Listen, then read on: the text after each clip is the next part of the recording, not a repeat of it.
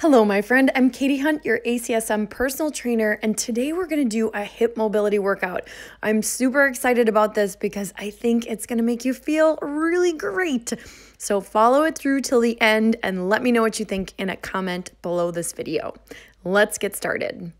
Okay, right out of the gate, I want you to do maybe 5 to 10 body weight squats. So set your feet a little wider than your hips, get that outfit in order, and then send your seat back first as your arms rise, and then press, really drive into the heels as your arms fall back at your sides and you stand back up. And all I want you to do on those squats is just monitor. Does anything feel tight, like it's locked up?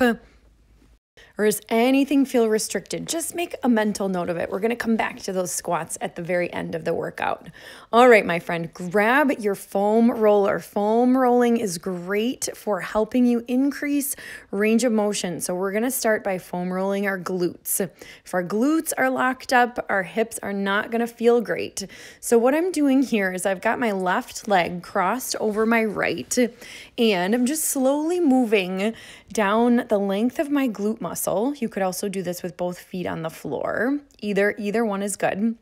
And then I'm pausing wherever I feel any tenderness, maybe moving a little bit side to side, creating that mashing motion.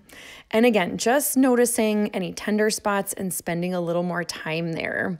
Foam rolling is going to relieve tension.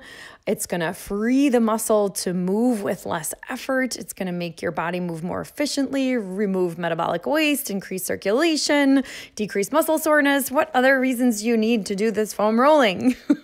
Okay, so I've switched sides. Again, take your time on this. You could even pause the video during this foam rolling session if you find an area that needs more attention. Try to breathe deep as you foam roll, especially if there's tenderness. It's real common to hold our breath when something doesn't feel good.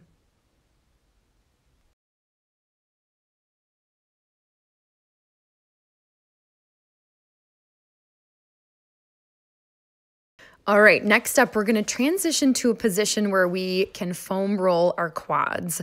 So I'm going to keep my right knee on the mat for a little extra support, and then I'm going to rest my left quad on the top of the foam roller. Notice my arms are bent, so you get to do a fun little plank in here, heating up that core while we are foam rolling our quads. Again, these are not uncommon places to feel a lot of tenderness. A lot of us have it, especially a little closer to the knee, tends to be more sensitive. Now, as you work your way through your quads, options are rolling so that you're hitting more of the outside of your quad muscles. That's what I'm doing here. You could bend your leg. That's going to make it a little more intense. Or you could roll to the inside so that you're working the inside part of your quads a little bit more. I would suggest, if you've got time, to try to cover all of that ground. All right, I'm going to switch sides.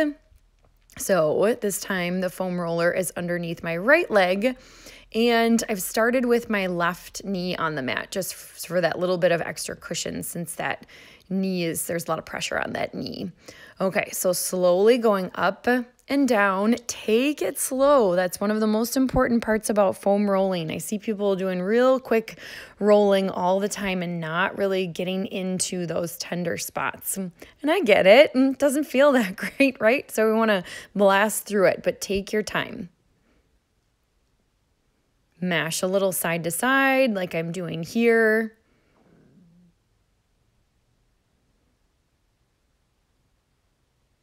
When making this video, I really found some junk in my quads. I actually went back to it later in the day. Okay, next up, we're gonna do something called flossing. So meet me on your hands and knees with your knees right next to each other. Then what we're gonna do is you're gonna rock the hips side to side.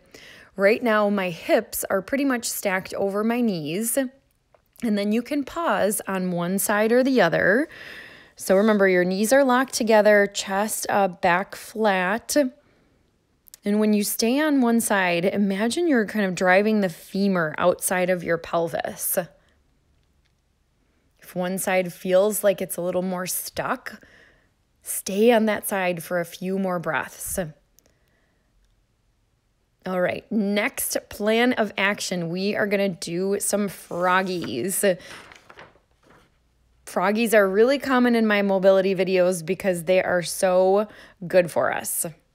What you're doing here is separating the knees as much as you can and then trying to line your shins up so that they are perpendicular to each other. And this one too, you want to keep your core braced. You want to stay strong through that upper body. And then what we're going to be doing here is, so I'm lining up my shins. What we're going to be doing here is rocking forward and back. But again, go slow and embrace exactly where you're at. So you don't want to force your way into any of these. You might find as you rock a little bit forward and back that you find some relief in your hip capsules. Take some time on this one. This can be really uncomfortable in the inner thighs for a lot of us. Just know you're not alone. And another option for this is to walk your hands off to one side.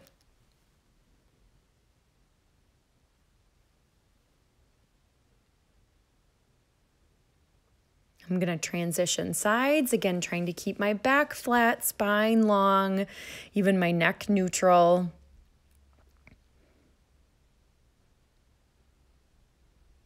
Taking a couple breaths here. If any of these feel like you're real stuck, what I would suggest is pause the video and stay there for like 2 minutes. Not kidding, 2 minutes.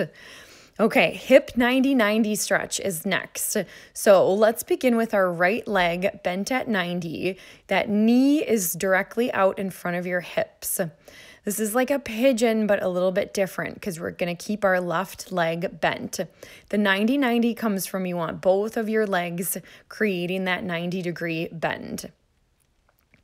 Now you could stay up on your hands. You do not have to come forward on your forearms like I am on this side. Once you're in the position that feels like it's opening your hips, take some deep breaths. Notice a theme here. We are breathing our way through this.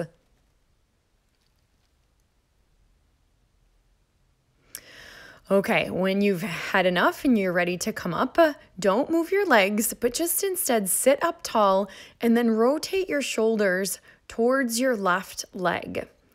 So what we're doing is we're getting some internal rotation on that left hip.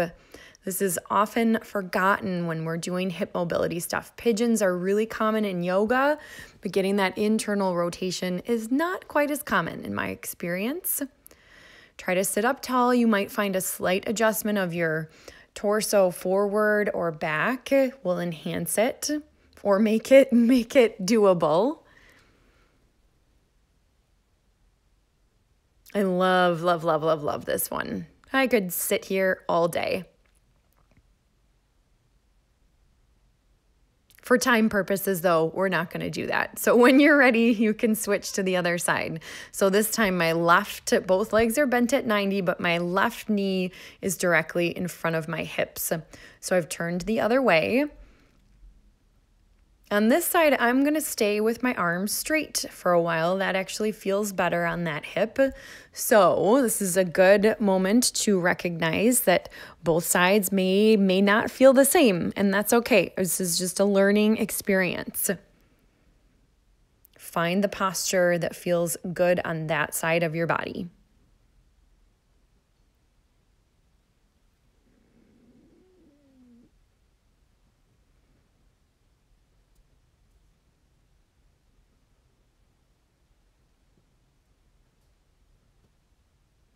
Take as much time there as you'd like. When you're ready to move on, sit up tall and rotate your shoulders towards the right knee.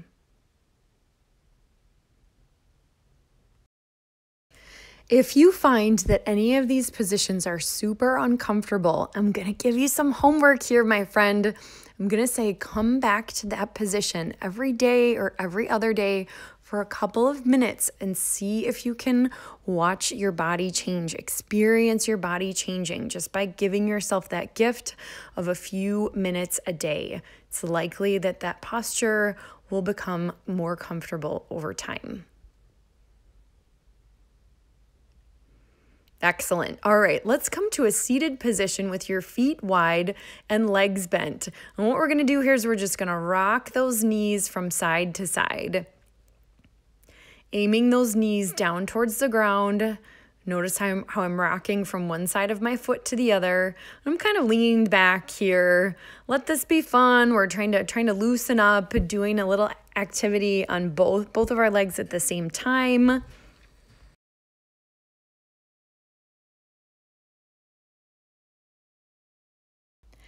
Do as many of those as you'd like, and then we're gonna transition ourselves to our back. I'm gonna need you close to a wall on this one. Bend your arms and press your palms into the wall that's right above your head. Then bring both legs up over your hips. Now, next thing, super important, press your low back down into the ground like you're holding a band in place, and I'm gonna try to pull it out from underneath you. Maintain that pressure into the wall. Pressure into the floor with your low back and begin to lower one leg at a time towards the ground. Now, you might find that you only move your leg an inch or two. That is totally fine. What we're doing is we are training our abdominal muscles to work without the hip flexors kicking in. This exercise is included because I oftentimes see people that lack trunk stability, which we get by having core strength, and that's what kind of throws their hips out of whack. So this is an awesome way to target and build your trunk stability. All right, so I did about 12 of those. You can do as many as you can without totally fatiguing your body. Here's another option. You could also do this with bent legs. So just as a plan B, if that long leg version was really intense for you, bent legs, totally fine. Same idea, pressing into the wall and pressing your low back into the ground. Why not try both, right? All right, so go to about 10 or 12, whichever one you choose, and we're gonna transition to our next exercise. So on deck next, we've got something called controlled articular rotations of the knees. Okay, or of the hips, excuse me, but I just call these hip circles. Okay, I'm not that fancy. All right, so from an all fours position, what you're doing is you're taking your knee, lifting it up kind of towards your chest, and then drawing a big circle and bringing the knee right back next to the other one. Then reverse that circle. So I'm going front to back and back to front, trying to make a big circle with my knee. But here's the thing. You're trying to control the tilting of your hips, and you're trying to control your core and keep your upper body really still. So I did 12 of those total, counting each one. So front one, back one. And I've transitioned sides. So notice I'm trying to keep my trunk really still on this one. This is another one where we're training our trunk stability. So while the hips are moving, I'm not having to adjust my core to compensate. If your circle is really tiny, that's okay. We are learning here, and you can always come back to this exercise. I'm telling you, if you find a place that feels really stuck and you try it every day for 7 days, things are gonna feel better.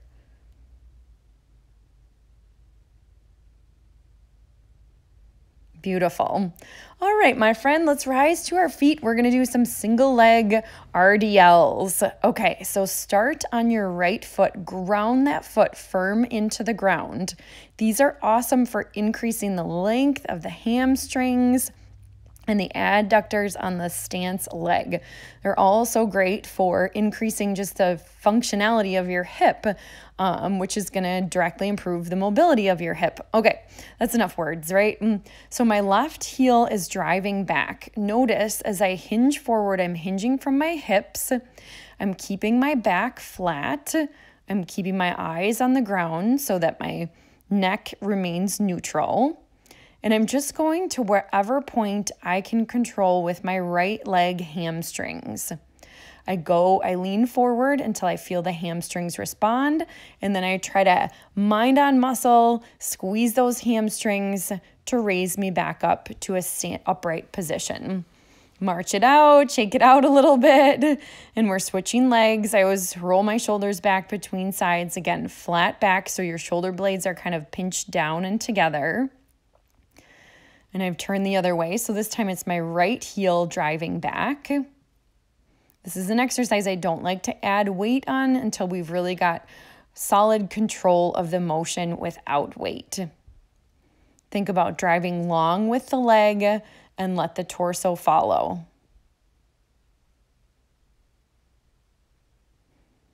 Can help to think about a ruler running from the back of your head to the space between your back, to your booty, to your heel. Imagine that ruler had to maintain all those points of contact. So I've also got my hands on my hips. I kind of like to keep my fingers on my hip points to make sure that if there were two beams of light coming out from my hip points, that they would start forward, and then I would be drawing two lines straight down to the ground. It's a helpful visual on these. Take your time. You're probably going to feel those muscles in your feet and ankles working. Okay, here we go. Next thing, we're going to do a little lateral lunge slide. So set your feet nice and wide. Then you're bending into one leg, staying low, hips back, and alternating sides. It's kind of like you're sliding your butt against that wall behind you. So I really want you to focus on keeping your hips back, shifting your weight side to side, driving through the heel of that tripod on your foot, and just trying to find as much depth as you can. All right, and we're gonna finish this workout today with another 10 of your body weight squats. Set your feet a little wider than your hips, arms rise as you drop down, and make a note, does anything feel different than when we started? Hopefully these squats feel a lot better now that your hips are not quite as restricted. I definitely noticed my squats are a little bit deeper. I'm able to keep my chest lifted and chin up with more ease. Come back to this workout anytime your hips are feeling restricted. And remember, what we did today is we foam rolled, we did some mobility work, and then we followed that work with a drill intended to gain control of our new range of motion. We really cashed in on our hip mobility today. Thanks for being here, and I can't wait to see you at the next workout. Like this video, comment below if this one helps you out. I'll see you soon.